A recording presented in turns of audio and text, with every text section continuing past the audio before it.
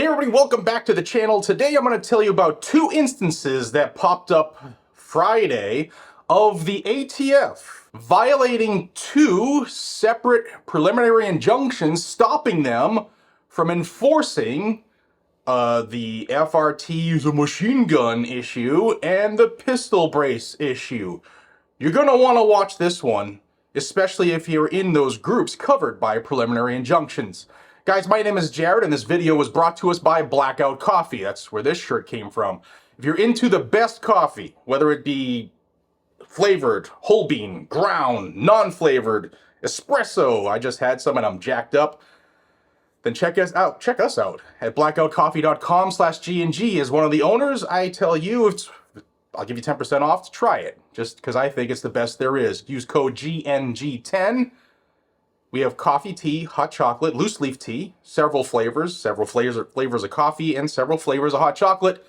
It's the Jammy Jam. Check us out, blackoutcoffee.com/GNG, and thank you to our growing customer base. It's because of you that we have had to move to or in the process of moving to a new facility, so thank you.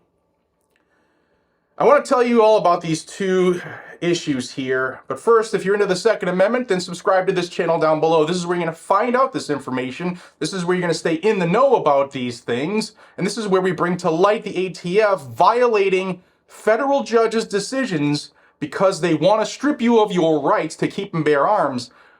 When a global call for, assassinations and stuff has gone out, they want to make you less able to protect yourself or this country, and that's what the Second Amendment is for.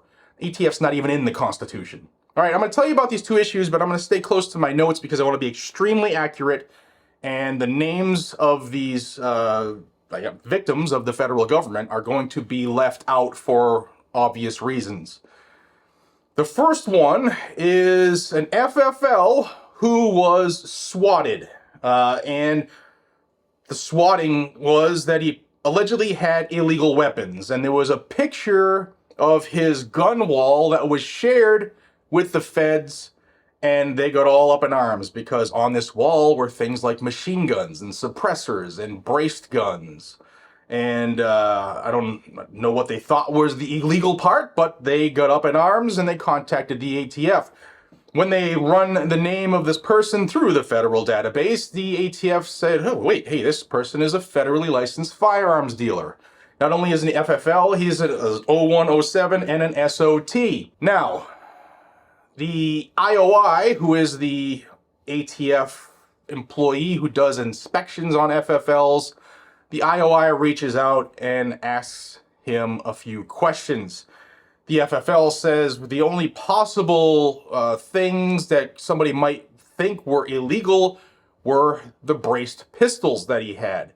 And he said that some of them were registered in accordance with the new requirements for FFLs, but some of them he had that were 3D printed, and he had them long before the ATF decided that they were cool enough to issue a new rule that had the ability or the bite of law to get people to be thrown in jail for a decade and fined $250,000. And we know the ATF can't do that. It's just some pipe dream they have for smoking whatever it is that they smoke. So I'm going to show you a little bit of correspondence, not the whole thing, so that you can see what's going on, just to give some veracity to this. Now, the FFL, after the IOI inquired about these guns, the FFL told the IOI, hey, look, these pistol-braced firearms are covered by the preliminary injunctions as he is a member of the Firearms Policy Coalition and National Association for Gun Rights. And there's two different cases, Mock v. Garland, as well as Texas Gun Rights and NAGR's case. So he wanted to let the IOI know, hey, look, I'm covered by this as a preliminary injunction, and the judge says you can't enforce this against people covered by these two lawsuits. Here's his letter to the IOI. Per our discussion the other day, below are some links regarding the pistol brace rule and preliminary injunctions in several jurisdictions. One was the National Association for Gun Rights and Texas Gun Rights case versus ATF, and here was the link. It says, please note that this includes all members of the National Association for Gun Rights nationally, as NAGR was one of the plaintiffs named in the lawsuit. Second link was the Firearms Policy Coalition case, Mock v. Garland, in the Fifth Circuit. And he said also, please note that this includes all members of Firearms Policy Coalition nationally, as FPC was one of the named plaintiffs. Key to note, these are not final injunctions, they're preliminary injunctions, which in essence boils down to a judge offering injunctive relief in a case where the plaintiffs are likely to succeed on the merits of their case. These could still be reversed, and the final ruling on the case in question is yet forthcoming. It does mean, though, that the ATF is enjoined against enforcement of the rule against members of the plaintiffs' organizations. Hope this is of value to you. Then the concerning part. The IOI, an employee of the Bureau of Alcohol, Tobacco, Firearms, and Explosives, who are the subject to several preliminary injunctions, to also include the ones from SAF and GOAs, which is another case in and of itself. So, here's what the IOI sent in response to that FFL's email to them. I understand your position on this and put it forward to my manager and got this response. Judge O'Connor is a lower court judge and his finding is not binding on other courts. If you manufactured your pistol at your business premises, you manufactured it as an FFL and thus responsible to follow the rules and regulations for FFLs, including the new rule for pistol braces. So he goes on to address their concerns, saying this was not done as an FFL, this was done before your new fancy rule. But the supervisor of the IOI, and I'm told that the IOI is pro-gun, but the supervisor is obviously an idiot. The supervisor said that Judge Reed O'Connor, a federal district court judge who put a preliminary injunction on the enforcement of this, did not restrict it to just the Fifth Circuit. This guy's saying that, we don't listen to federal judges.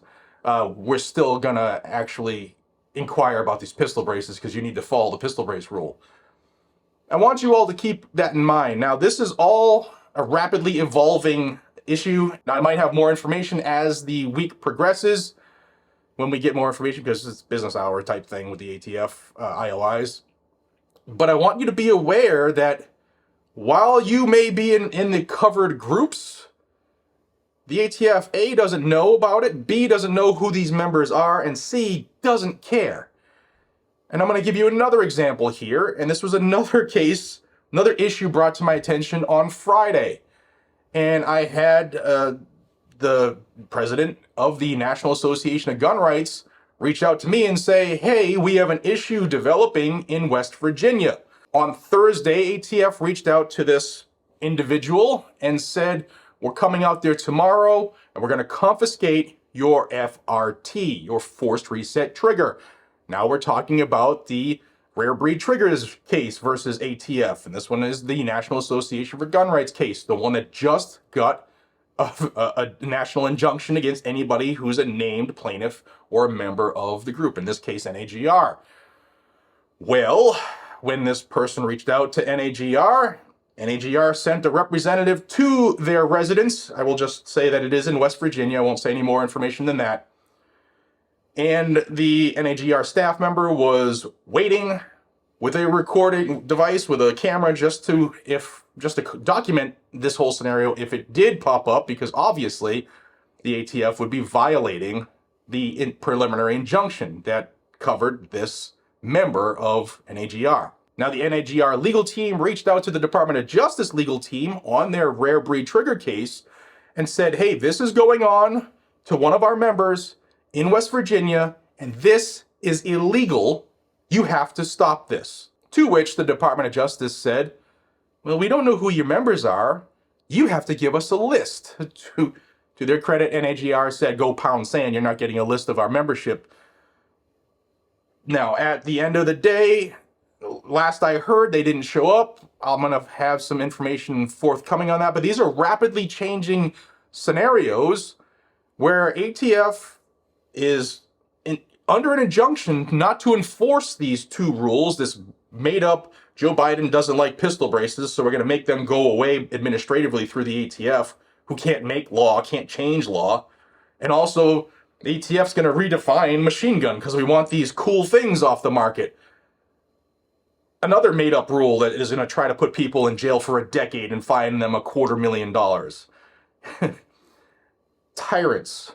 Both phenomenal scenarios of ATF being tyrants and not even following a judge. Now, perhaps these notifications of the victims that, hey, we're covered and you can pound sand, hopefully that's enough to keep the feds at bay.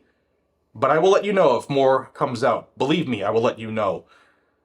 But just, guys, always be prepared. If you have the ability to have an attorney, you should talk to an attorney, especially if ATF comes knocking for anything.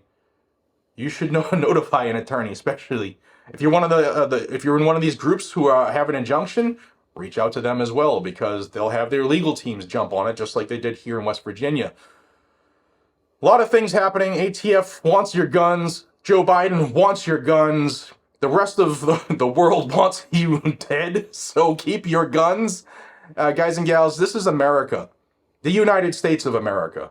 This country was founded on firearm usage and ownership, and this country still remains free, somewhat, because of firearm ownership. Don't ever, ever mistake that. Until we see each other again, be safe, stay vigilant, and carry your gun to keep you, your friends, your family, your community safe. And remember, threats are not just from abroad, from national days of ass clownery, but threats also come here at home. Be prepared, stay vigilant. I'll see you all in the next one. Take care.